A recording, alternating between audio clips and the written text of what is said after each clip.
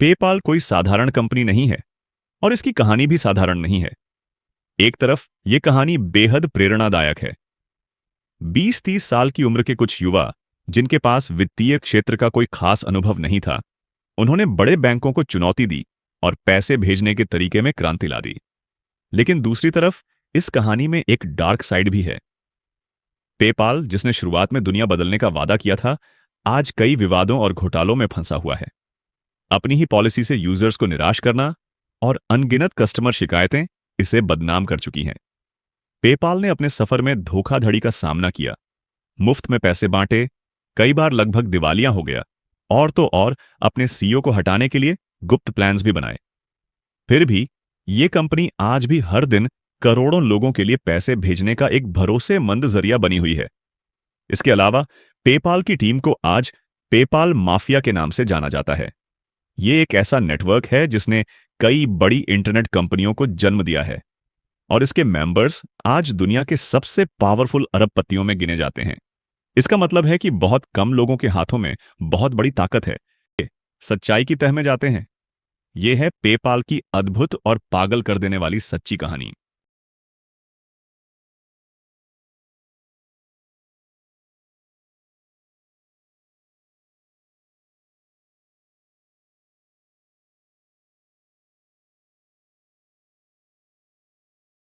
Chapter 1, the birth of PayPal. Max Levchin सिर्फ 10 साल के थे जब चेरनोबिल न्यूक्लियर पावर प्लांट में विस्फोट हुआ। वो अपने घर में सो रहे थे, जो इस प्लांट से सिर्फ 90 मील की दूरी पर था। उस समय सोवियत रूस में एक यहूदी परिवार के लिए हालात काफी मुश्किल थे और जब 80 के दशक के अंत में रूसी अर्थव्यवस्था गिरने लगी तो लेविचिन परिवार को सबसे बुरे हालात का डर सताने लगा। 1991 में उन्होंने बेहतर भविष्य की तलाश में संयुक्त राज्य अमेरिका में प्रवास कर लिया। 90 के दशक की शुरुआत में मैक्स को एक खास गिफ्ट मिला, एक पुराना कंप्यूटर सिस्टम। इससे वो इतना प्रभावित हुए कि उन्होंने खुद ही प्रोग्रामिंग सीखना शुरू कर दिया। कॉलेज के दौरान मैक्स ने इंटरनेट के जरिए न केवल अपनी जिंदगी को बेहतर बनाने बल्कि दूसरों की जिंदगी बदलने के तरीके खोजने शुरू किए।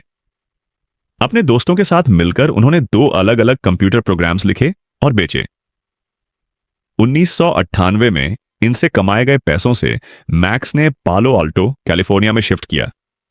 मैक्स का सपना था कि वो अपनी खुद की इंटरनेट कंपनी शुरू करें। उस समय पालो अल्टो एक ऐसा हब बनता जा रहा था जहां टेक्नोलॉजी में दिलचस्पी रखने वाले युवा .com रेवोल्यूशन का फायदा उठाने के लिए इकट्ठा हो रहे थे। लेकिन एक दिन कैलिफोर्निया की भीषण गर्मी से बचने के लिए मैक्स ने एक लेक्चर अटेंड करने का फैसला किया। असल में वो बस एयर कंडीशनिंग की ठंडक में एक झपकी लेना चाहते थे, लेकिन झपकी लेने के बजाय मैक्स उस लेक्चरर की बातों में पूरी तरह खो गए। उस व्यक्ति का नाम था पीटर थील। पीटर पहले ही कई क्षेत्रों में एक मध्यम रूप से सफल व्यक्ति थे। वो एक startup founder, has fund manager और अब टेक स्टार्टअप्स में निवेशक बन चुके थे। लेक्चर के बाद मैक्स ने पीटर को घेर लिया और उन्हें बताया कि वो एक टेक कंपनी बनाना चाहते हैं। पीटर की आंखें चमक उठीं। उन्होंने अगले ही दिन नाश्ते पर मिलने का प्लान बनाया ताकि मैक्स के आइडियाज पर चर्चा की जा सके। नाश्ते के दौरान मैक्स ने अपनी बात रखी और पीटर उन्हें ध्यान से सुनते रहे। लेकिन जब मैक्स ने पाल्म पायलट के लिए प्रोग्राम्स लिखने की बात शुरू की तो चीजें बदल गईं। पाल्म पायलट उस समय का पहला लोकप्रिय हैंडहेल्ड कंप्यूटर था। आज के लिहाज से यह बहुत साधारण लगता है, लेकिन उस समय यह छोटा सा डिवाइस जिसमें कॉन्टैक्ट्स, नोट्स और कैलेंडर स्टोर हो सकते थे, सभी को उत्साहित कर रहा था। मैक्स ने समझाया कि पाल्म पायलट्स के लिए नई एप्लीकेशन बनाना एक ऐसा बाजार था जो अभी तक किसी ने ठीक से एक्सप्लोर नहीं किया था। और यही वो बात थी जो पीटर को सुननी थी। पीटर को मैक्स की तकनीकी क्षमता पर भरोसा था। उन्होंने मैक्स के पहले आइडिया में 1998 में $10,000 का निवेश किया। पीटर के पैसे से मैक्स ने एक कंपनी शुरू की जिसका नाम था फील्ड लिंक। यह कंपनी पाल्म पायलट डिवाइसेस के लिए सिक्योरिटी ऑफर करती थी। पीटर और मैक्स दोनों के पास इस बिजनेस को लेकर बड़े सपने थे, लेकिन जल्द ही उन्हें एहसास हुआ कि उनका आइडिया पूरी तरह से फ्लॉड है। मार्केट में उस समय मोबाइल सिक्योरिटी की कोई खास डिमांड नहीं थी। ग्राहकों की संख्या इतनी कम थी कि फील्ड लिंक के लिए टिके रहना मुश्किल हो गया। सिर्फ यही नहीं, उन्हें जल्द ही पता चला कि पाल्म पायलट की पेरेंट कंपनी पहले से ही सिक्योरिटी सर्विसेज के लिए एक अन्य बिजनेस के साथ पार्टनरशिप कर चुकी थी। फील्ड लिंक को तुरंत अपनी बिजनेस स्ट्रैटेजी बदलनी पड़ी। हालांकि मैक्स और पीटर दोनों को अब भी यकीन था कि इस तरह के मोबाइल कंप्यूटर डिवाइस भविष्य हैं। इसलिए उन्होंने सोचना शुरू किया कि पाल्म पायलट के लिए और क्या नया डेवलप किया जा सकता है।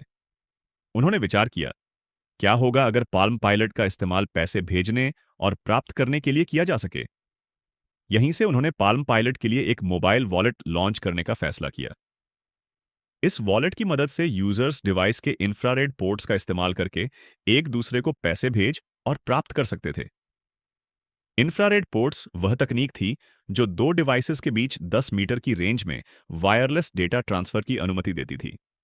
उस समय जब अधिकतर लोग कैश और चेक पर निर्भर थे, बीमिंग मनी का यह आइडिया बेहद आकर्षक और एडवांस लग रहा था।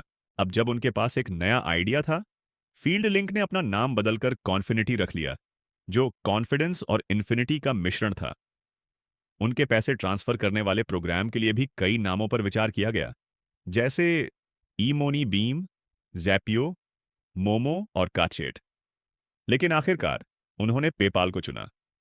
यह नाम न केवल सुनने में आकर्षक था, बल्कि इसे एक क्रिया के रूप में भी इस्तेमाल किया जा सकता था, जैसे बस मुझे पेपाल कर दो। अब जब उनका बिजनेस आइडिया और नाम दोनों तय हो गए, पीटर और मैक्स ने अपनी टीम बनाना शुरू किया। उनकी ज्यादातर भर्तियां उनके कॉलेज के दोस्तों से हुईं। उनके कर्मचारियों की औसत उम्र सिर्फ 25 साल थी, लेकिन यही दोस्ती और साथ आगे चलकर पेपाल की सफलता में बेहद अहम साबित हुई। पीटर को यह भी पता था कि किसी नई स्टार्टअप के लिए शुरुआती समय में निवेश सबसे जरूरी होता है। सौभाग्य से उस समय डॉट कॉम बूम अपने चरम पर था और सिलिकॉन वैली में पैसों की कोई कमी नहीं थी। एक बेहतर बिजनेस प्लान के साथ नोकिया वेंचर्स ने उनके पैसे ट्रांसफर वाले आइडिया में $4.50 मिलियन का निवेश करने के लिए सहमति जताई। इस निवेश ने उन्हें ज्यादा लोगों को हायर करने और एक सही ऑफिस सेटअप करने का मौका दिया। लेकिन पीटर ने इसे सिर्फ पैसे जुटाने तक सीमित नहीं रखा। उन्होंने इसे मीडिया अटेंशन पाने का भी अवसर बना दिया। इसके बजाय कि नोकिया सीधे कॉन्फिनिटी के बैंक अकाउंट में पैसे ट्रांसफर करे, उन्होंने एक पब्लिसिटी इवेंट आयोजित किया। इवेंट में प्रेस के सामने नोकिया ने वायरलेस तरीके से पीटर के पाल्म पायलट में पैसे ट्रांसफर किए। इससे न केवल एक शानदार खबर बनी, बल्कि इसने दुनिया को कॉन्फिनिटी के आइडिया की संभावनाओं से भी रूबरू कराया। हालांकि यह योजना सिद्धांत में बेहतरीन थी, लेकिन हकीकत यह थी कि उस समय की तकनीक अब भी काफी अनिश्चित और अविश्वसनीय थी। द अनाउंसमेंट अगर यह पेमेंट फेल हो जाता, तो लोग इस कॉन्सेप्ट पर भरोसा करने से पहले ही इसे खारिज कर देते। लेकिन सौभाग्य से पैसे का ट्रांसफर सफल रहा और ऐसा लग रहा था कि लोगों को यह आइडिया बेहद पसंद आया। हालांकि एक शख्स ऐसा था जिसे यह बिल्कुल भी अच्छा नहीं लगा। अपने ऑफिस में बैठे इस व्यक्ति ने पाल्म पायलट मनी ट्रांसफर की खबर देखी और कहा, यह तो एक बेकार आइडिया है, ये कभी सफल नहीं होंगे। और वह शख्स कोई और नहीं बल्कि इलॉन मस्क थे।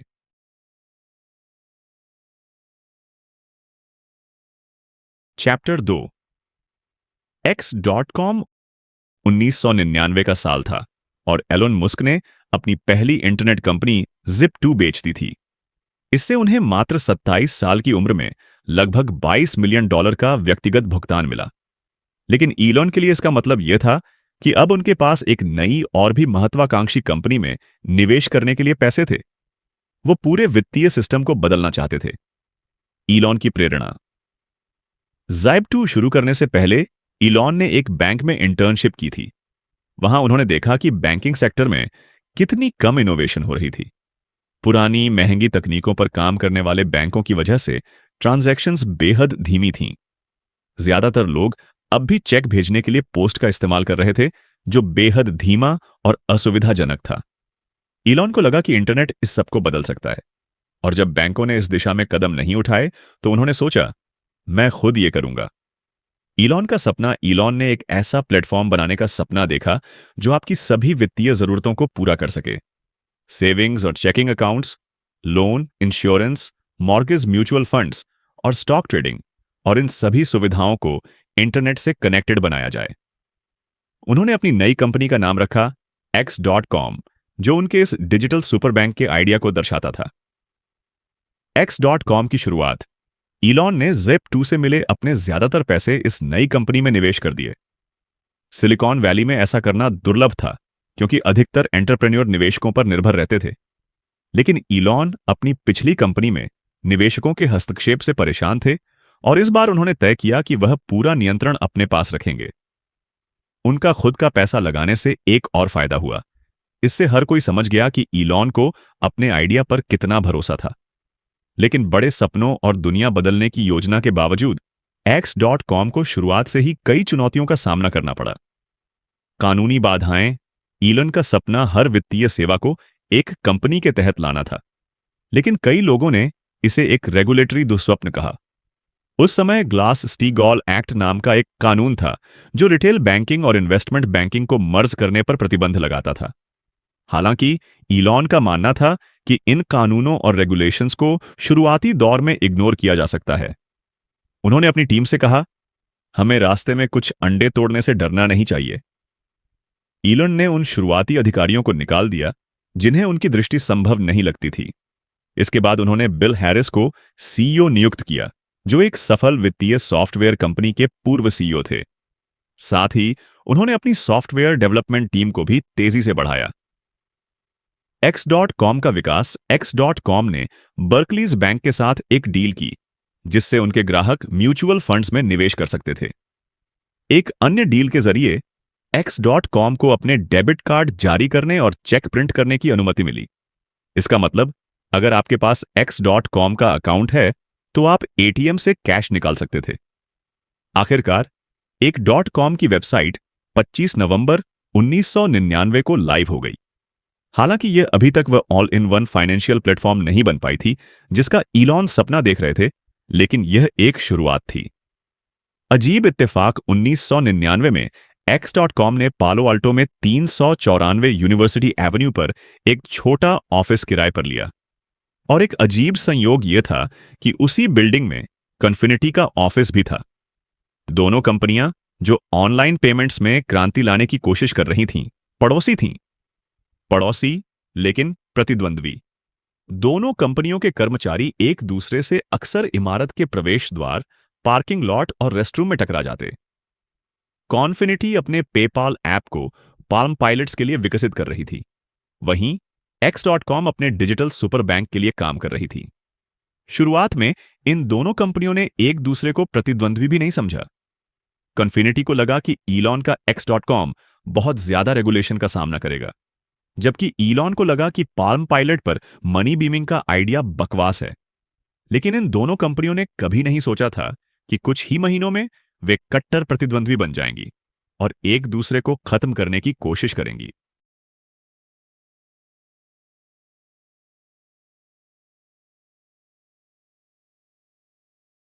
चैप्टर 3। Email payments. पेपाल की टीम के लिए यह ईमेल पेमेंट्स फीचर केवल एक अस्थायी समाधान था, जो उन लोगों के लिए था जो अपना पाल्म पायलट भूल जाते थे। कोई नहीं सोच सकता था कि यह फीचर पेपाल का मुख्य आकर्षण बन जाएगा। यह तो बस एक बैकअप प्लान था। लेकिन फिर कुछ दिलचस्प हुआ। कुछ ही हफ्तों में लोग पेपाल के ईमेल फीचर का उपयोग पाल्म पायलट पेमेंट सिस्टम से कहीं ज्यादा करने लगे, क्योंकि यह सुविधा सबके लिए उपलब्ध थी।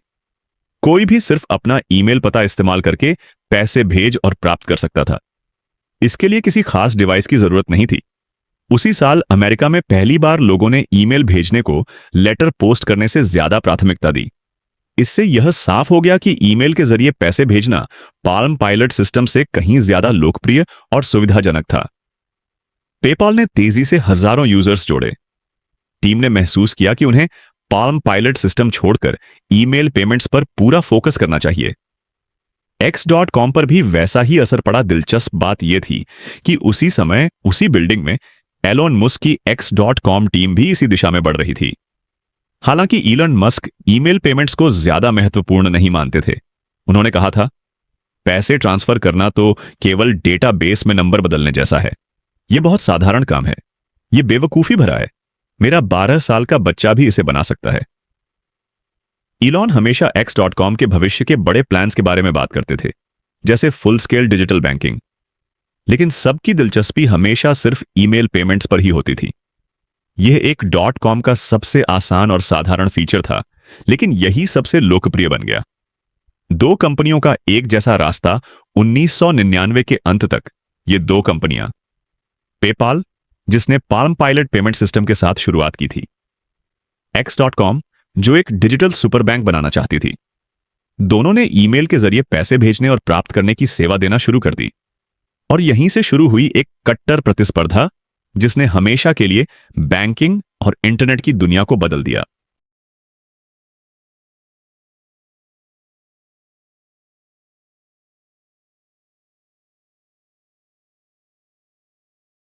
चौथी कैप्टर, एक्सवी पेपाल।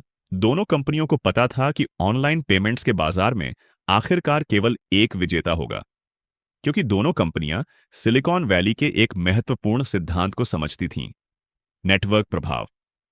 जितने ज्यादा लोग किसी नेटवर्क का हिस्सा होंगे, उतना ही वह नेटवर्क कीमती होगा। हर कोई सबसे लोकप्रिय नेटवर्क का हिस्सा बनना चाहता है, क्योंकि वहीं आप सबसे ज्यादा लोगों से जुड़ सकते हैं। इसीलिए दोनों कंपनियां अधिक से अधिक ग्राहकों को अपना नेटवर्क बनाने के लिए पैसा खर्च करने को तैयार थीं। जंग शुरू हो गई थी। ग्राहकों को जोड़ना पेपाल और एक्सकॉम दोनों की नंबर 1 प्राथमिकता बन गया। ग्राहकों को लुभाने की रणनीति, ग्राहकों को आकर्षित करने के लिए दोनों कंपनियों ने मुफ्त पैसे देने का ऑफर दिया। पेपाल ने ऑफर दिया $10 साइन अप बोनस और $10 हर रेफरल पर, तो एक्स डॉट कॉम ने इसे और आगे बढ़ाया, $20 साइन अप बोनस और $10 हर रेफरल पर। इलॉन मस्क ने इसे मजाक में कहा, यह इस बात की दौड़ थी कि कौन सबसे आखिर में दिवालिया होगा। दोनों कंपनियों के सीएफओ इस रणनीति से पहले हैरान और परेशान थे। अगर हमें ग्राहकों को साइन अप करने के लिए पैसे देने पड़ रहे हैं, तो यह अच्छा संकेत नहीं हो सकता। लेकिन ग्राहकों को पैसे देकर साइन अप कराना और फिर उनके रेफरल्स के लिए इनाम देना ग्राहकों को तेजी से जोड़ने का एक बेहद प्रभावी तरीका साबित हुआ, क्योंकि इससे दोनों कंपनियों का मार्केटिंग कैंपेन वायरल हो गया। हालांकि दोनों कंपनियां नए उपयोगकर्ताओं को जोड़ने में सफल हो रही थीं, लेकिन उन्हें अभी भी एक स्पष्ट उपयोग का मामला चाहिए था, क्योंकि फिलहाल लोग केवल मुफ्त बोनस पाने के लिए ही सेवा का उपयोग कर रहे थे। लेकिन उन्हें यह पता नहीं था कि उनकी सेवाएं पहले से ही एक अप्रत्याशित उपयोगकर्ता आधार में लोकप्रिय हो चुकी थीं। Auction website ebay.com। ईबे का प्रभाव 2000 तक ईबे एक बिलियन डॉलर कंपनी बन चुकी थी, जिसके पास करोड़ों उपयोगकर्ता थे। लेकिन ईबे के पास अपने प्लेटफॉर्म में मजबूत पेमेंट सिस्टम नहीं था। ईबे के पास अपने प्लेटफॉर्म में इनबिल्ट पेमेंट सिस्टम नहीं था। इसलिए लेन देन पूरा करने के लिए बायर्स और सेलर्स अक्सर cash, money on order, cheques या वायर ट्रांसफर का उपयोग करते थे। लेकिन पेपाल और एक्स डॉट कॉम का ईमेल पेमेंट सिस्टम ईबे उपयोगकर्ताओं के लिए क्रांतिकारी साबित हुआ। इसने भुगतान करना बेहद आसान और तेज बना दिया। ईबे के सेलर्स को बस पेपाल या एक्स डॉट कॉम पर अकाउंट बनाना था और अपनी लिस्टिंग में यह मेंशन करना था कि वे पेमेंट्स इन सेवाओं के माध्यम से स्वीकार करते हैं। और तब न पेपाल और न ही एक्सकॉम कोई ट्रांजैक्शन फीस वसूलते थे, बल्कि इसके विपरीत दोनों कंपनियां नए उपयोगकर्ताओं को साइन अप और रेफरल के लिए पैसे दे रही थीं। ईबे के सेलर्स ने जल्दी ही यह महसूस किया, अगर हम बायर्स को पेपाल या एक्सकॉम पर रेफर करते हैं, तो हर बिक्री पर और भी अधिक पैसा कमा सकते हैं। यह एक विन विन सिचुएशन थी और इसी कारण हजारों ईबे उपयोगकर्ताओं ने पेपैल और एक डॉट कॉम का उपयोग करना शुरू कर दिया। जनवरी 2000 के अंत तक पेपाल के पास 1 लाख से ज्यादा यूजर्स हो चुके थे और एक्स डॉट कॉम भी ज्यादा पीछे नहीं था। यह संख्या जल्द ही 2 लाख यूजर्स तक पहुंच गई। यह साफ हो गया कि असली मुकाबला ईबे मार्केटप्लेस पर शिफ्ट हो चुका है।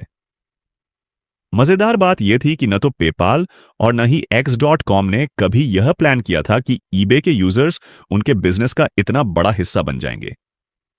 शुरुआत में दोनों कंपनियों ने ईबे कस्टमर्स को आकर्षित करने के लिए कोई विज्ञापन भी नहीं किया था, लेकिन ईबे यूजर्स ने खुद ही पेपाल और एक्सकॉम को अपनाना शुरू कर दिया था, क्योंकि यह उनके लेन देन को आसान और तेज बना रहा था। जैसे ही पेपाल और एक्स को इस डिमांड का एहसास हुआ, दोनों ने ईबे के मौजूदा नेटवर्क को भुनाने का फैसला किया। यह एक ऐसा प्लेटफॉर्म था जहां उनकी ईमेल पेमेंट सर्विस का एक स्पष्ट उपयोग मामला मौजूद था। और फिर दोनों कंपनियों ने ईबे यूजर्स को टारगेट करने के लिए पूरी ताकत लगा दी। पेपाल ने टूल्स और ट्यूटोरियल्स बनाए ताकि लोग अपने ईबे ऑक्शंस में पेपाल को पेमेंट के लिए जोड़ सकें। और जैसे ही पेपाल ने यह करना शुरू किया, कुछ ही दिनों में x.com ने भी वही करना शुरू कर दिया। जब भी एक कंपनी कोई नया फीचर लाती, दूसरी कंपनी तुरंत उसे कॉपी या उससे बेहतर करने की कोशिश करती। दोनों ही ईबे का नंबर वन पेमेंट सर्विस बनने की दौड़ में एक दूसरे को पीछे छोड़ने की कोशिश कर रहे थे। मुकाबला इतना तीव्र हो गया कि पेपाल की टीम ने एक केक बनाया जिस पर 2x.com लिखा हुआ था। वहीं एलन मस्क ने अपनी टीम को ईमेल्स भेजकर पेपाल को हराने की बात कही। इस दौरान दोनों कंपनियों ने दिन रात मेहनत की। टीम के सदस्य लिटरली अपने डेस्क के नीचे सो रहे थे। हर कोई थका हुआ और अपनी सीमाओं तक धकेला जा रहा था, लेकिन उन्हें यह भी महसूस हो रहा था कि वे कुछ बड़ा और क्रांतिकारी बना रहे हैं। हालांकि अगर पेपाल और x.com की ग्रोथ शानदार दिख रही थी, तो उनकी बैलेंस शीट एक बड़ी समस्या की ओर इशारा कर रही थी। साइन अप और रेफरल बोनस देने के साथ साथ किसी ठोस रेवेन्यू मॉडल के अभाव में दोनों कंपनियां तेजी से पैसा गंवा रही थीं। जितने ज्यादा यूजर्स जुड़ते, कंपनियों का नुकसान उतना ही बढ़ता जाता। उदाहरण के लिए पेपाल को हर क्रेडिट कार्ड ट्रांजैक्शन पर 2% शुल्क देना पड़ता था, जिसके कारण कंपनी हर दिन लगभग $1 लाख का नुकसान उठा रही थी। स्थिति और भी खराब तब हो गई जब पेपेल ने अपने यूजर्स से यह वादा कर रखा था कि उसकी बेसिक सर्विस हमेशा मुफ्त रहेगी। कंपनी का प्लान था कि वे बिजनेस अकाउंट्स के जरिए पैसे कमाएंगे, जिनमें अतिरिक्त फीचर्स उपलब्ध होंगे। लेकिन यह एक धीमी प्रक्रिया थी और पेपाल को चिंता होने लगी कि वे अपने खर्चों की भरपाई करने से पहले ही पैसे खत्म कर बैठेंगे। और अगर उन्होंने अब अपने यूजर्स से चार्ज लेना शुरू किया, तो उन्हें डर था कि सभी लोग x.com का उपयोग करने लगेंगे। दूसरी तरफ ठीक उनके बगल के ऑफिस में एक .com भी ठीक इसी समस्या का सामना कर रहा था। एलन मस्क की रणनीति थोड़ी अलग थी। वह ईमेल पेमेंट सिस्टम को लंबे समय तक घाटे में चलाने के लिए तैयार थे। उन्हें विश्वास था कि ग्राहक x.com की दूसरी वित्तीय सेवाओं जैसे चेकिंग अकाउंट और ब्रोकरेज का उपयोग करेंगे, जहां से कंपनी मुनाफा कमा सकेगी। लेकिन असलियत यह थी कि यूजर्स इन अतिरिक्त फीचर्स में ज्यादा दिलचस्पी नहीं दिखा रहे थे, क्योंकि वे इन्हें अपने पारंपरिक बैंकों से पहले ही पा रहे थे, जिन पर उनका भरोसा ज्यादा था। इस बीच दोनों कंपनियां ईबे के यूजर्स को आकर्षित करने की दौड़ में अपना अपना नुकसान बढ़ा रही थीं। पेपाल के पास यूजर्स के मामले में हल्की बढ़त थी, लेकिन पीटर थील और मैक्स लेवचिन बेहद चिंतित थे। उन्हें साफ दिख रहा था कि x.com पेपाल को पकड़ने के करीब है और उनके पास ज्यादा फंडिंग भी है। पेपाल को दिवालिया होने से बचाने के लिए उन्हें कुछ बड़ा और साहसिक कदम उठाना था। और इसी कारण एक दिन पीटर थील ने x.com के ऑफिस की तरफ रुख किया और एलन मस्क के साथ एक गुप्त मीटिंग करने पहुंचे।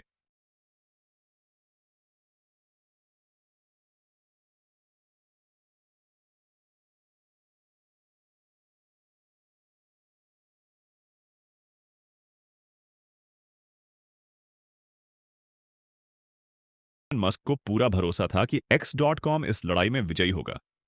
उनके पास पेपैल से ज्यादा पैसा था और जरूरत पड़ने पर वे और भी फंड जुटा सकते थे। उनके दिमाग में यह विचार पक्का था कि x.com किसी भी हालत में हारने वाला नहीं था।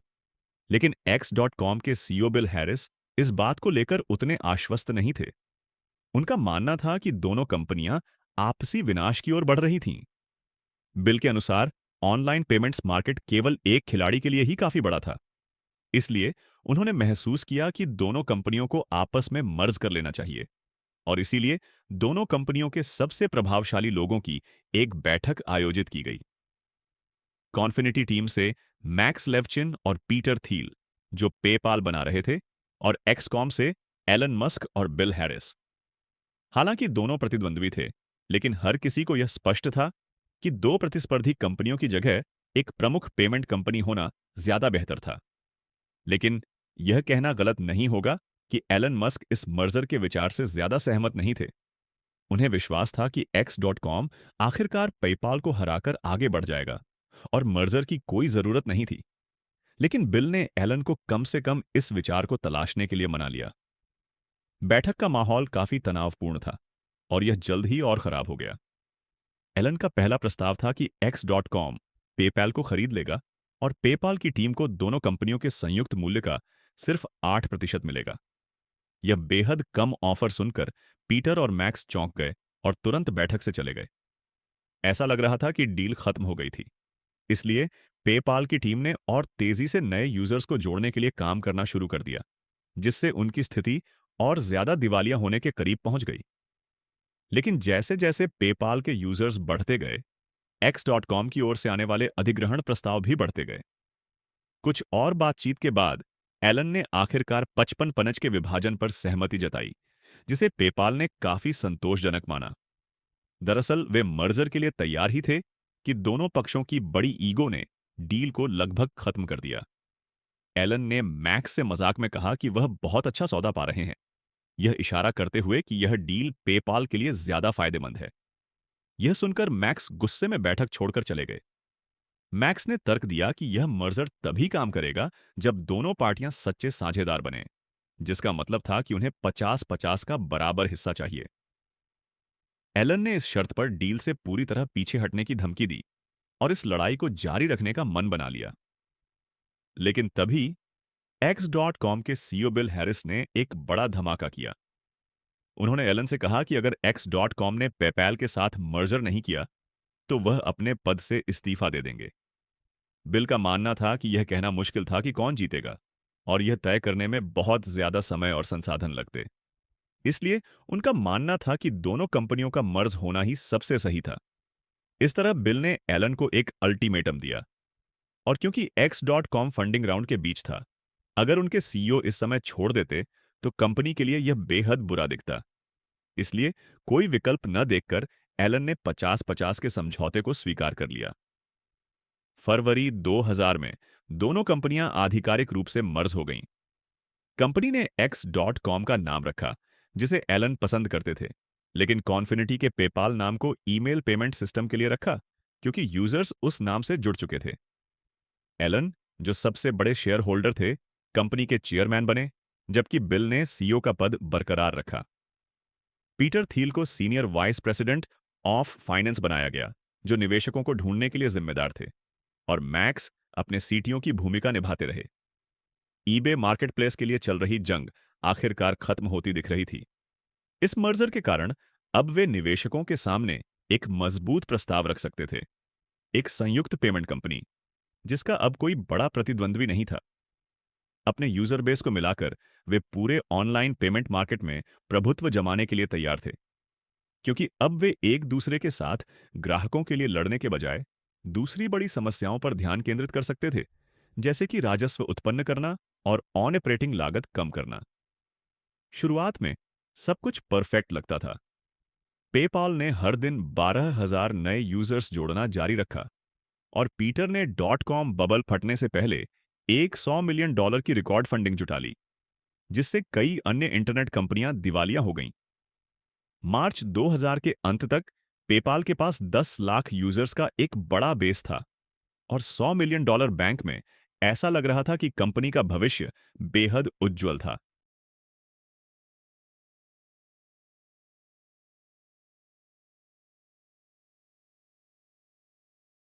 हालांकि मर्जर के बाद सब कुछ ठीक लग रहा था, लेकिन हकीकत इससे बिल्कुल अलग थी।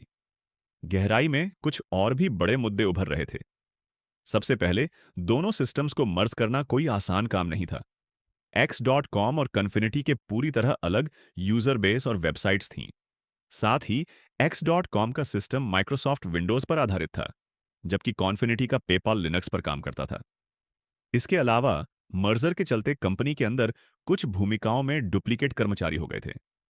जैसे दोनों कंपनियों में फाइनेंस संभालने के लिए अलग अलग लोग थे, लेकिन अब एक ही काम के लिए दो लोग मौजूद थे। पेपाल को हर दिन हजारों कस्टमर सर्विस कॉल्स मिल रही थीं, जिन्हें संभालना कंपनी के लिए मुश्किल था। हालत इतनी खराब हो गई कि एक समय उन्होंने फोन लाइनों को ही डिस्कनेक्ट कर दिया। इसका नतीजा यह हुआ कि एक यूजर ने सोचा कि पेपाल उसका पैसा जबरदस्ती रोक रहा है। गुस्से में वह एक गन लेकर पेपाल के ऑफिस पहुंचा और अपना पैसा मांगने लगा। मर्जर के बाद कंपनी के कामकाज की रफ्तार बहुत धीमी हो गई। फैसले लेने में काफी वक्त लगने लगा, और कई कर्मचारी यह समझ नहीं पा रहे थे कि उन्हें किसके तहत रिपोर्ट करना है। स्थिति और खराब इसलिए हो गई क्योंकि दोनों कंपनियां पहले भयंकर प्रतिद्वंद्वी थीं। अब सभी से उम्मीद की जा रही थी कि वे एक खुशहाल परिवार की तरह मिलकर काम करें। लेकिन वास्तविकता यह थी कि पेपाल और एक्स.कॉम की टीमें अब भी खुद को अलग अलग खेमों में बंटी हुई महसूस करती थीं। अंदरूनी कलह का जन्म ज्यादा समय नहीं बीता और एक्स.कॉम के अधिकारियों के बीच रिश्तों में दरारें दिखने लगीं। उदाहरण के लिए, पीटर थील बिल हैरिस के सीईओ के रूप में कुछ फैसलों से खुश नहीं थे। बिल का मानना था कि उन्हें रेफरल बोनस खत्म कर देना चाहिए और पेपाल यूज करने के लिए ग्राहकों से शुल्क लेना चाहिए। हालांकि कंपनी ने हमेशा फ्री सर्विस का वादा किया था। लेकिन पीटर इससे सहमत नहीं थे। उन्हें यह भी पसंद नहीं था कि बिल ने कंपनी में अधिक बैठकें और औपचारिकता लानी शुरू कर दी थी। अंततः पीटर थील ने इस्तीफा दे दिया। विद्रोह की शुरुआत पीटर के इस्तीफे ने संगठन में हड़कंप मचा दिया और जल्द ही यह स्पष्ट हो गया कि पीटर इकलौते नहीं थे जो बिल के नेतृत्व से परेशान थे। एलन मस्क और मैक्स लेवचिन भी इस बात से चिंतित थे कि मर्जर के बाद नए फीचर्स को रोल आउट करने में बहुत ज्यादा देर हो रही थी। एलन को यह भी लग रहा था कि बिल पेपाल पर ज्यादा ध्यान दे रहे थे और एक्स.कॉम के उनके बड़े विजन को नजरअंदाज कर रहे थे। सबसे बड़ी बात यह थी कि एलन ने बिल को कभी माफ नहीं किया था, जिनके अल्टीमेटम ने इस मर्जर को मजबूरी बना दिया था। इन सब वजहों से एलन मस्क, मैक्स लेवचिन और कंपनी के कुछ अन्य शीर्ष अधिकारी एक ही नतीजे पर पहुंचे। बिल हैरिस को सीईओ के पद से हटाना होगा। गुप्त साजिश बिल को बिना बताए इन अधिकारियों ने गुप्त रूप से साजिश रची। उन्होंने बोर्ड के सामने एक अल्टीमेटम देने का प्लान बनाया। या तो बिल को सीईओ के पद से हटाएं या हम सब इस्तीफा दे देंगे। क्योंकि एलन और मैक्स दोनों के पास अपने बोर्ड सीट्स थीं, उन्हें केवल कुछ अन्य बोर्ड सदस्यों को मनाने की जरूरत थी। इससे पहले कि बिल कुछ कर पाते, उन्हें नेतृत्व छोड़ने पर मजबूर कर दिया गया। नेतृत्व में बदलाव मई 2000 में एक सफल तख्तापलट के बाद पीटर थील ने बतौर चेयरमैन वापसी की और एलन मस्क ने सीईओ का पद संभाल लिया।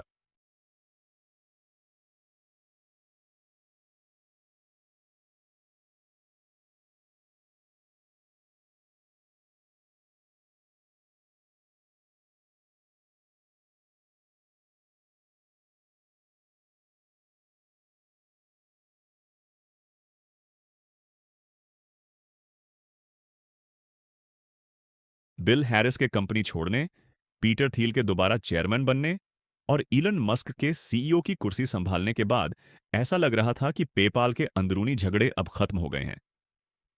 कंपनी ने तेजी से आगे बढ़ना शुरू कर दिया था और ईलन अब चीजों को अपनी प्लानिंग के हिसाब से दिशा दे रहे थे। लेकिन पेपाल के सामने अब भी एक बड़ा सवाल था, हमेशा के लिए फ्री सर्विस का वादा कैसे निभाया जाए। पेपाल की तेजी से बढ़ती यूजर संख्या की कीमत भी उतनी ही भारी थी, क्योंकि हर क्रेडिट कार्ड ट्रांजैक्शन पर कंपनी को फीस देनी पड़ती थी। इसी समस्या का समाधान ढूंढने के लिए 2000 की गर्मियों में पेपाल ने बिजनेस और प्रीमियर अकाउंट्स पेश किए। इन प्रीमियम अकाउंट्स के लिए 1.9% ट्रांजैक्शन फीस के बदले यूजर्स को कई खास सुविधाएं मिलती थीं, जैसे 24 घंटे 7 दिन कस्टमर सर्विस और बैंक अकाउंट में पैसे ऑटोमेटिक ट्रांसफर करने का विकल्प। प्रीमियम सर्विस लॉन्च होने के सिर्फ एक हफ्ते बाद 9000 से ज्यादा यूजर्स ने इन अकाउंट्स के लिए साइन अप कर लिया। पेपाल ने पहली बार अपने इतिहास में कुछ रेवेन्यू कमाना शुरू किया था। लेकिन तभी एक नया दुश्मन सामने आया जिसने पेपाल के पूरे अस्तित्व पर सवाल खड़ा कर दिया, ईबे। शुरुआत में ईबे को पेपाल से कोई दिक्कत नहीं थी, क्योंकि पेपाल पेमेंट्स को आसान बना रहा था और इस वजह से ईबे पर ज्यादा लोग खरीदारी कर रहे थे। लेकिन साल 2000 के अंत तक ईबे पर आधे से ज्यादा लिस्टिंग्स पेपाल को प्रेफर्ड पेमेंट ऑप्शन के तौर पर इस्तेमाल कर रही थीं। ईबे को महसूस हुआ कि वे बहुत सारे पैसे खो रहे हैं, क्योंकि इन पेमेंट्स को पेपाल संभाल रहा था। पेपाल ईबे के स्टोर में कैश रजिस्टर की तरह काम कर रहा था। इस समस्या को सुलझाने के लिए ईबे ने अपना खुद का पेमेंट सिस्टम बिल पॉइंट पहले ही खरीद लिया था। हालांकि पेमेंट्स ईबे के मुख्य बिजनेस का हिस्सा नहीं था, लेकिन हर ट्रांजैक्शन जो पेपाल के जरिए होता, ईबे को थोड़ा नुकसान पहुंचाता। ईबे बनाम पेपाल साल भर के अंदर ईबे ने पेपाल के यूजर्स को अपनी ओर खींचने के लिए हर संभव प्रयास शुरू कर दिए। पहली चाल थी ईबे लिस्टिंग्स पर पेपाल के लोगो का आकार छोटा करना, ताकि उसे ढूंढना मुश्किल हो। लेकिन पेपाल ने इसके जवाब में एक टूल बनाया जिससे यूजर्स अपने लोगो का साइज सही तरीके से एडजस्ट कर सकें। इसके बाद ईबे ने नई लिस्टिंग्स को अपने आप बिल पॉइंट में एनरोल करना शुरू कर दिया। अगर यूजर ने खास तौर पर ऑप्ट आउट का विकल्प नहीं चुना, तो bill point payment system default बन जाता। इसका जवाब देने के लिए पेपाल ने ईबे के कस्टमर सर्विस नंबर को पब्लिक कर दिया और अपने यूजर्स से सीधे ईबे को फोन कर शिकायत करने के लिए कहा। जब ईबे पर कॉल्स की बाढ़ आ गई, तो उन्होंने यह फीचर हटा दिया। लेकिन यह लड़ाई यहीं खत्म नहीं हुई। ईबे ने buy it now feature launch किया, जिससे यूजर्स बिना ऑक्शन के सीधे आइटम खरीद सकते थे। बाय इट नाउ का असली मकसद था यूजर्स को बिल पॉइंट की ओर धकेलना, क्योंकि बाय इट नाउ पर bill point default payment system बन गया था। इस रणनीति ने कुछ हद तक काम किया और बिल पॉइंट के यूजर्स 10% से बढ़कर 20% तक हो गए। लेकिन पेपाल भी पीछे नहीं रहा। उन्होंने ईबे यूजर्स के लिए नए टूल्स बनाए, जैसे एक फीचर जो ईबे पेमेंट पेज को ऑटोमेटिकली पेपाल से भर देता था। उन्होंने डेबिट कार्ड्स पर 1.5% कैशबैक का ऑफर भी शुरू किया, अगर सेलर्स केवल पेपाल का इस्तेमाल करें। ईबे ने इसके जवाब में अपने यूजर्स को ईमेल भेजकर समझाया कि बिल पॉइंट पेपाल से क्यों बेहतर है। उन्होंने वीजा के साथ साझेदारी भी की और वीजा ट्रांजैक्शंस पर कोई फीस नहीं ली। उन्होंने बिल पॉइंट का नाम बदलकर ईबे पेमेंट्स रख दिया, ताकि यह और अधिक आधिकारिक लगे। पेपाल का वर्चस्व इन सब के बावजूद ईबे पेपाल की लोकप्रियता को रोक नहीं पाया। पेपाल अब तक का सबसे प्रेफर्ड पेमेंट सिस्टम बना हुआ था। पेपाल ने इंटरनेशनल यूजर्स को भी आकर्षित किया, जिससे दुनिया भर के लोग अकाउंट खोल सकते थे। साल 2000 के अंत तक पेपाल ने कुल $1 बिलियन के ट्रांजैक्शंस प्रोसेस किए थे। चौथी तिमाही में पेपाल ने $7 करोड़ 24 लाख का रेवेन्यू कमाया, जो पिछले क्वार्टर के सिर्फ $1 मिलियन से काफी ज्यादा था। लेकिन पेपाल अब भी मुनाफे से दूर था।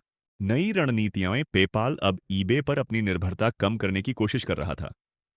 उन्होंने पेपाल शॉप्स नाम का एक फीचर लॉन्च किया, जहां सेलर्स अपनी वेबसाइट्स फ्री में लिस्ट कर सकते थे। उन्होंने वेबसाइट्स पर पेमेंट्स के लिए इजी बटन भी पेश किए। इन नए फीचर्स ने ईबे को और ज्यादा नाराज कर दिया। ईबे को लगने लगा कि पेपाल अब लोगों को ईबे से बाहर कारोबार करने का एक तरीका दे रहा है। इस बीच पेपाल टीम ने एक ईबे इवेंट पर धावा बोल दिया और वहां हजारों पेपाल टी शर्ट्स बांट दी।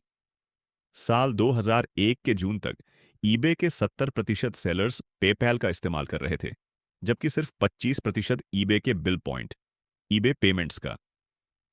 ईबे को आखिरकार यह मानना पड़ा कि पेपैल उनके मुकाबले तेजी से इनोवेट कर रहा था। ईलन मस्क के लिए नई मुश्किलें। ईलन मस्क को शायद लग रहा होगा कि इस लड़ाई को जीतने के बाद कंपनी अब थोड़ी स्थिरता की ओर बढ़ेगी। शायद वह अब X.com के बाकी फाइनेंशियल सर्विसेज को एक्सपैंड कर पाएंगे। लेकिन पेपाल के अंदर चीजें कुछ और ही पक रही थीं और जल्द ही एलोन मास्क को कंपनी से पूरी तरह बाहर निकाल दिया जाएगा।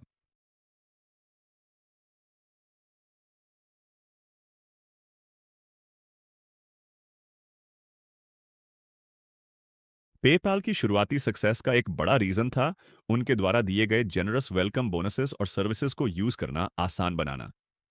लेकिन पेपाल के पास प्रॉपर वेरिफिकेशन और स्क्रीनिंग प्रोसेसेस नहीं थीं, जिससे प्लेटफॉर्म पर फ्रॉड और स्कैम्स का सिलसिला शुरू हो गया।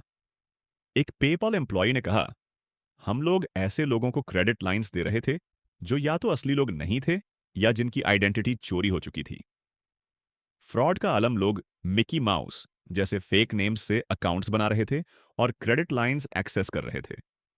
फ्रॉडस्टर्स ने कोड लिखकर बल्क में अकाउंट्स खोलना शुरू कर दिया, ताकि वे बार बार वेलकम और रेफरल बोनसेस का फायदा उठा सकें। इतना ही नहीं, पेपाल का इस्तेमाल शेल कंपनीज और स्टोलन क्रेडिट कार्ड्स के साथ इलीगल ट्रांजैक्शंस के लिए हो रहा था। मीडिया ने पेपाल को क्रिमिनल्स के लिए पैसे फनल करने का आसान तरीका बताया। स्कैमर्स पेपाल पर पेमेंट्स एक्सेप्ट करते और फिर पैसे निकालकर डिसअपीयर हो जाते। इन सब की वजह से पेपाल को भारी लॉसेस का सामना करना पड़ा। फ्रॉड और फीस की वजह से ईलॉन मस्क और मैक्स लेवचिन के बीच टेंशन्स बढ़ने लगे। मैक्स लेवचिन ने फ्रॉड को कंट्रोल करने पर फोकस किया, लेकिन ईलॉन अपने all in one financial platform के विजन में ज्यादा इंटरेस्टेड थे। ईलॉन ने पेपाल 2.0 प्रोजेक्ट शुरू किया और इंजीनियरिंग टीम को इंस्ट्रक्शंस दी कि वे पुरानी वेबसाइट पर काम करना बंद करके नए प्लेटफॉर्म पर काम करें। हालांकि इस सडन शिफ्ट से कई एम्प्लॉयज खुश नहीं थे। पीटर थील और मैक्स लेवचिन ने आर्ग्यू किया कि पेपाल को एसेस ग्रो करने पर फोकस करना चाहिए, जबकि इलॉन एक डिजिटल सुपर बैंक बनाना चाहते थे। इलॉन ने एक और बड़ा विवादास्पद निर्णय लिया, पेपाल ब्रांड को खत्म करना। उन्होंने इसे एक्स पे पैल रीनेम करने का आदेश दिया। उन्होंने कहा, पेपैल सिर्फ x.com के कई सर्विसेज में से एक है और इसे प्राइमरी फोकस नहीं बनना चाहिए। उन्होंने पेपाल ब्रांडिंग को रिमूव करने और paypal.com को x.com पर रीडायरेक्ट करने का फैसला लिया। इलॉन ने एम्प्लॉयज को पेपाल मर्च के बदले एक्स रॉक्स, टी-शर्ट्स और मग्स दिए, लेकिन टीम का मानना था कि पेपाल के लॉयल कस्टमर्स एक्स ब्रांडिंग को पसंद नहीं करेंगे। एम्प्लॉयज ओपनली ओपोज करने लगे। कुछ ने वेबसाइट अपडेट करने से outright However, Elon had already made up his mind. Max Levchin, Peter Thiel, Reid Hoffman, and several other influential team members all reached the same conclusion. Elon Musk needed to be fired as CEO. Thus, for the second time, a group of executives within the company conspired to overthrow their own CEO.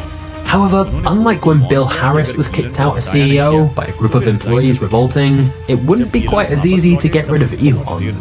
He was the original founder of X.com and still the largest shareholder. So, the rebels met secretly to devise a plan. They agreed they would go to the board together and threaten that unless Elon was immediately removed, they would all resign. And they knew the perfect time to do this, as Elon had planned a vacation to go away with his wife Justine on their honeymoon in September 2000. That way, Elon wouldn't be able to fight back or try to persuade the board members that he should stay. And sure enough, as soon as Elon got on his flight and became unreachable, the rebels used that moment to confront the board. They drafted a vote of no confidence document to present and got signatures from many other PayPal employees who also agreed they'd resign if Elon wasn't removed as leader. Since the board hadn't even been told about some of the big changes Elon was making, that helped convince the board to fire Elon. Of course, when Elon landed and eventually heard about the mutiny, he hurried back from his trip immediately, but it was too late. The board had already made up their mind. And just like at his first company, Zip2, Elon was sidelined again from a company he'd built with his blood, sweat and tears. Elon was shocked and heartbroken by the betrayal. He'd invested almost all of his own money into X.com and been working crazy hours, but it was no use. Elon said, "This whole thing is making me so sad that words fail me. I have given every last ounce of effort, almost all of my cash from Zip2, and put my marriage on the rocks, and yet I stand accused of bad deeds to which I have not even been given an opportunity to respond." 2 days later, Elon was fired from the company, and Peter Thiel became the new CEO. Peter immediately reversed Elon's controversial decisions. The PayPal 2.0 project was scrapped, the PayPal brand was restored, and X.com's all-in-one financial services idea was put on hold indefinitely. But with Elon kicked out, the company was now more fractured than ever. On the one hand, some of the team agreed that Elon had failed to deal with problems like the high fraud rates and lack of profitability. He was also blamed for the divided team, the 2.0 project, the naming issues, and for focusing too much on his bigger vision at the expense of PayPal's current growth. However, many others felt it was completely unfair he'd been removed, especially in such a controversial way. There's no doubt Elon had the biggest and most ambitious vision for the company out of anyone, and some felt if he'd had more time, he could have pulled it off. So it was like the company had just been through a civil war, and the office mood was tense.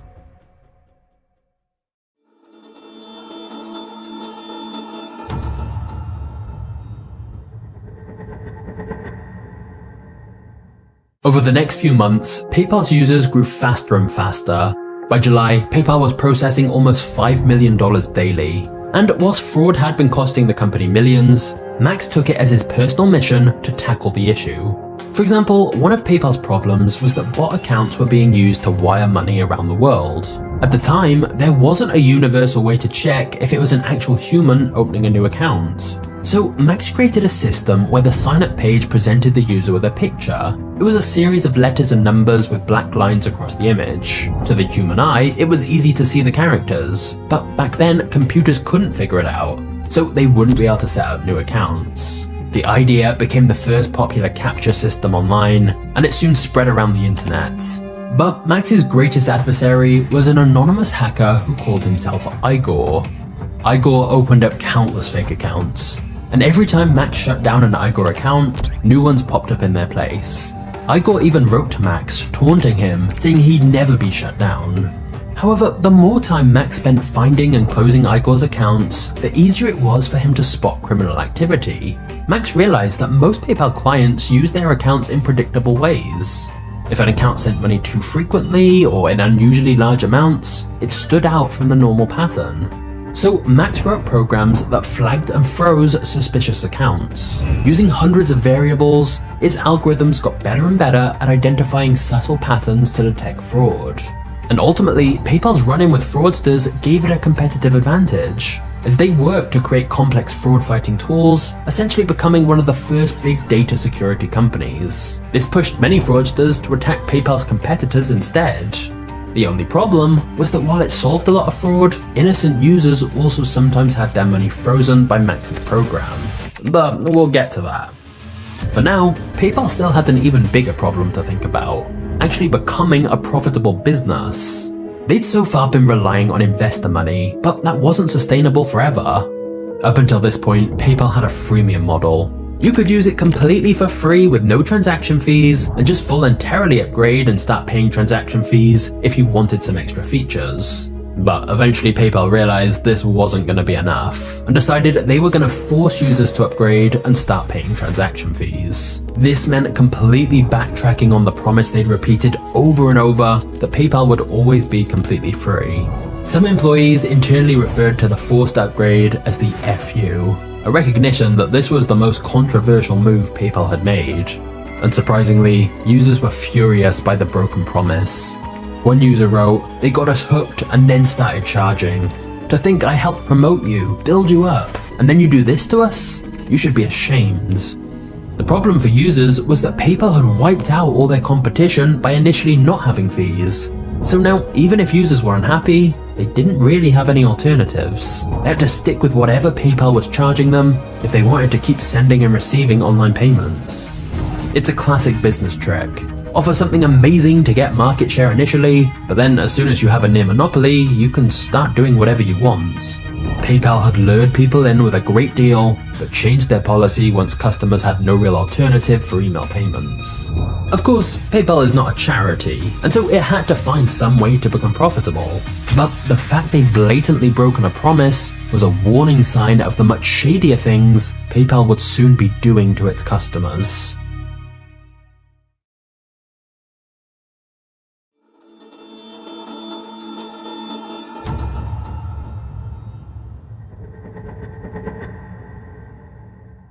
By the end of 2001, PayPal was generating a staggering $103.7 million in revenue and had more than 12 million users on its platform, with 20,000 new users signing up every day.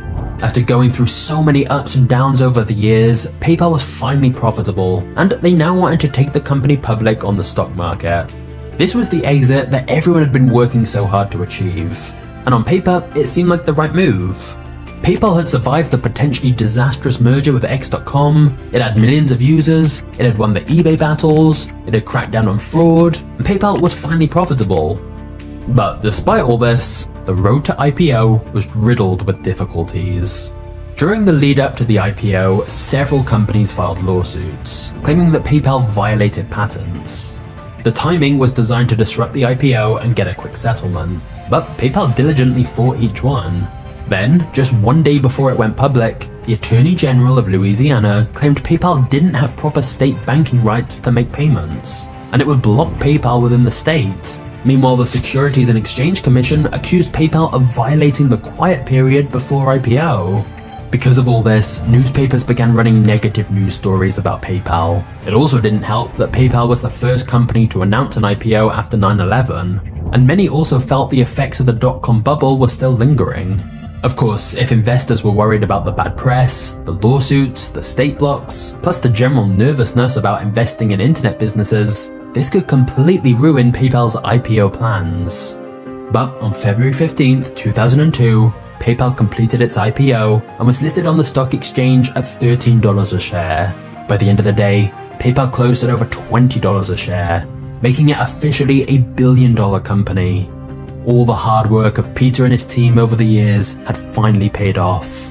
From a failing startup with 6 employees, PayPal had turned into a fully fledged business with over 750 full-time employees. Everyone celebrated, champagne flowed, music played, and people danced on their desks. Within the Palo Alto offices, it felt like PayPal had conquered the world. But nobody in the office knew that just 2 months later, their world would be turned upside down.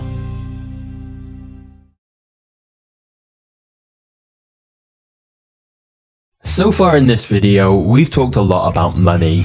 But before we get to the next chapter, let's talk about how you can make some money with today's video sponsor, Moomoo. Moomoo is a stock trading platform with 0 commission fees on stocks, ETFs, and options. But remember how PayPal had a welcome bonus for new users back in the day? Well, I think Moomoo has an even better deal for new users. If you just deposit $100, you get 5 random stocks completely for free, and these can be worth anywhere from $2 to $2,000 each. And that's just for making a deposit. You also get up to 8.1% interest on uninvested cash, so this really is an amazing deal for new users. Plus, Moomoo is an award-winning stock trading platform with free financial analysis tools that can help you with your investments. And they support pre-market and post-market trading as well. There's also no subscription fees and no account management fees. So if you want to get started right now and unlock those free stocks, just click the link in the description.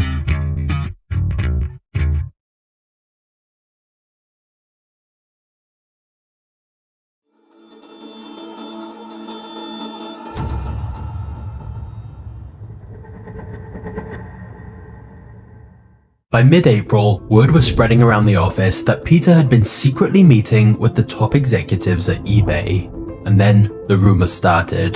eBay had agreed to buy PayPal. You see, eBay had tried to beat PayPal for a while, but 75% of eBay auctions accepted PayPal versus only 27% for eBay's own payment service. So eventually, eBay had decided it was easier to just buy PayPal than continue to fight them.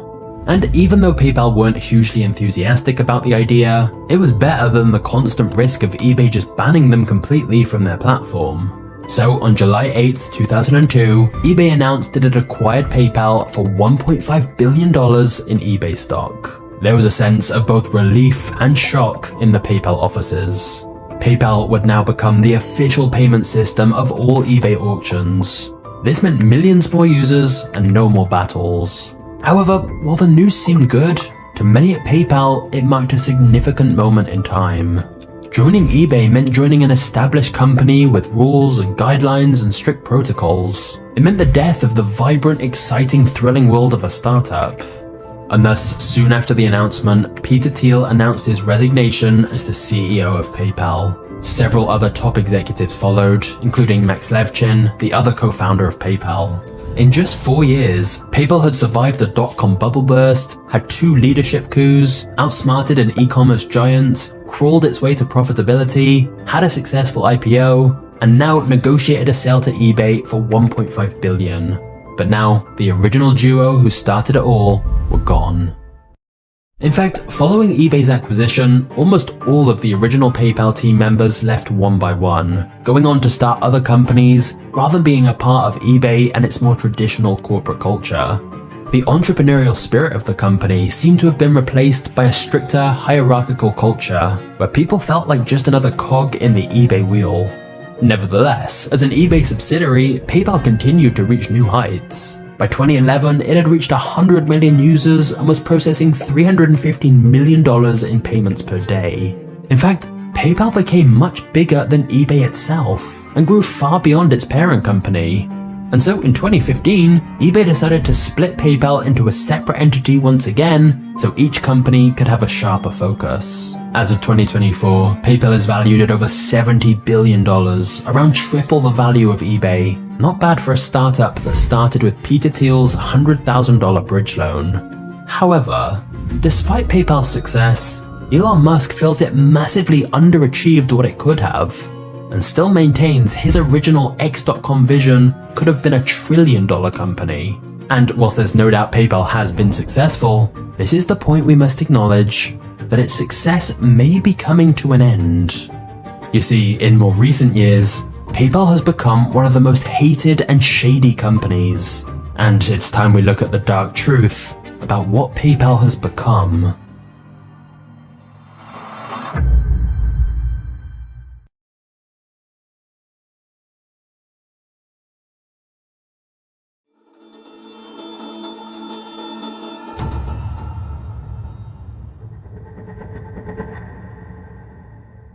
On Trustpilot, PayPal has a shocking 1.3 average rating from around 30,000 reviews.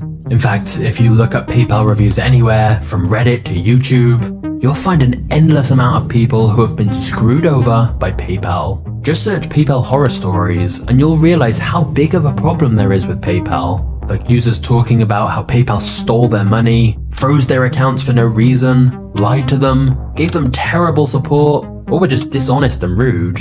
One of the biggest issues with PayPal is that it's surprisingly common for someone to have their account shut down for no reason. PayPal then often hold all of their money for up to 180 days with no explanation given. And if you try to contact their support, you'll often be met with awful and unhelpful customer service. People repeatedly talk about how PayPal treat them like criminals when they've done nothing wrong. In fact, I've seen people who used PayPal for their small business, but then without any warning, PayPal just blocked them and seized all their money for 6 months with no reason provided. This has caused people's entire businesses to go under, as they can no longer pay their suppliers or staff. A second big issue is how PayPal's fees have just gotten higher and higher. For a company that gained market share by repeatedly promising to always offer no transaction fees, it's quite amazing how high the fees have now gotten, especially when dealing with payments in other currencies. PayPal was meant to be better than traditional banks, but now it's often not. For example, in the US, Zelle has no fees for instant payment transfers. And in many countries now, the banks themselves offer instant, fee-free money transfers. So it's perhaps not surprising that PayPal's stock price has fallen dramatically. Now, PayPal may try to claim that their service offers more payment protection, but that doesn't really seem true either anymore. You will find hundreds of thousands of people talking about getting scammed while using PayPal, and how PayPal regularly side with the scammers. I saw countless stories where a buyer or seller had provided clear proof they were in the right, but PayPal made no effort to actually figure out the truth. It's like they just couldn't be bothered to waste resources on it. As long as PayPal got their fee, they didn't seem to care. As well as this, the Consumer Financial Protection Bureau has accused PayPal of all kinds of unethical and illegal practices to rip off customers. This includes signing people up for credit accounts without asking permission, so they got hit with late fees and interest, outright lying about promotions and never fulfilling them, and even just ignoring customer disputes. But just when it seemed like PayPal couldn't get much worse with all the fees, scams, and terrible customer service, it did get worse. In fact, it got pretty dystopian. PayPal updated their policy to say anyone posting misinformation can be fined $2,500. It's a pretty crazy thing to sneak into your policy, that a financial company should even have any involvement in what you say, and then be able to ban you from receiving payments and take your hard-earned money if you say something they don't like or agree with. Even a former PayPal president agreed. He said, "PayPal's new policy goes against everything I believe in. A private company now gets to decide to take your money if you say something they disagree with. Insanity." Elon Musk agreed as well. But of course, by continuing to use PayPal, you were agreeing to this policy and risked being banned and fined. Of course, once all the backlash started, PayPal backtracked and said this policy was just a mistake. However, once the outrage died down, some people pointed out that the penalty for certain violations still seemed to be there. And given PayPal's track record of broken promises, it's definitely hard to fully trust them. Personally, I would not recommend keeping large amounts of money in your PayPal account. I've just heard of so many people who have issues with PayPal, and most of the horror stories I read were people who'd been a customer for years, which is why they were so shocked when PayPal suddenly froze their account and refused to help them.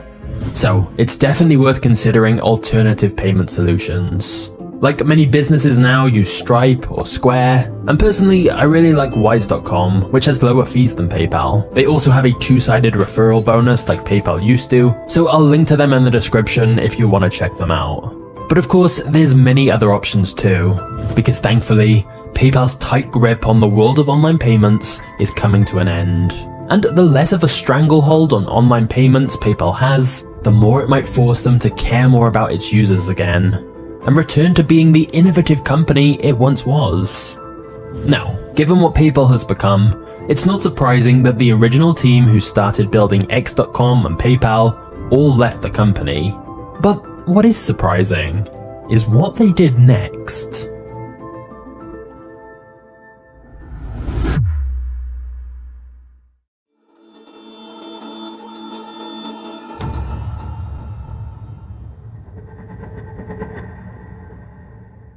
For many of its earliest employees, PayPal became a crash course in how to build a startup. And thanks to the lessons they learned, PayPal employees went on to be involved in some of the world's biggest tech companies. Engineers Steve Chen, Jawed Karim, and Chad Hurley left PayPal to co-found YouTube. Reid Hoffman, executive vice president at PayPal, founded LinkedIn. Peter Thiel became Facebook's first outside investor. Russell Simmons and Jerry Stoppelman co-founded Yelp. Elon Musk went on to build SpaceX and Tesla, fund OpenAI, and bought Twitter, which finally gave him a reason to reuse the X.com domain name he bought. And many more of PayPal's team became investors in prominent startups, or became high-level executives at major companies. Either in public or behind the scenes, PayPal's alumni have been involved in almost all major Silicon Valley companies. As a result, Fortune released an article in 2007 that nicknamed the group the PayPal Mafia, a reference to how much influence this small group of former PayPal employees has. Meanwhile for Elon, after he was kicked out of X.com, a couple of years later he started SpaceX, and said his new goal was to colonize Mars. But in an interesting turn of events, when SpaceX was on the brink of bankruptcy, it was Peter Thiel's investment company that helped save the business, showing that even after everything, the PayPal Mafia stick together and help each other out. This so-called PayPal Mafia has changed how we shop, how we connect, how we learn, and how we live. However, if you want to know the story about the most interesting tech entrepreneur, you're gonna want to go watch this video about John McAfee. Just trust me on this one, you've never heard a story quite like this. Just click the thumbnail on screen to go watch that video now. I hope you enjoyed the story of PayPal, and I'll see you over in the next video in just a second. Cheers.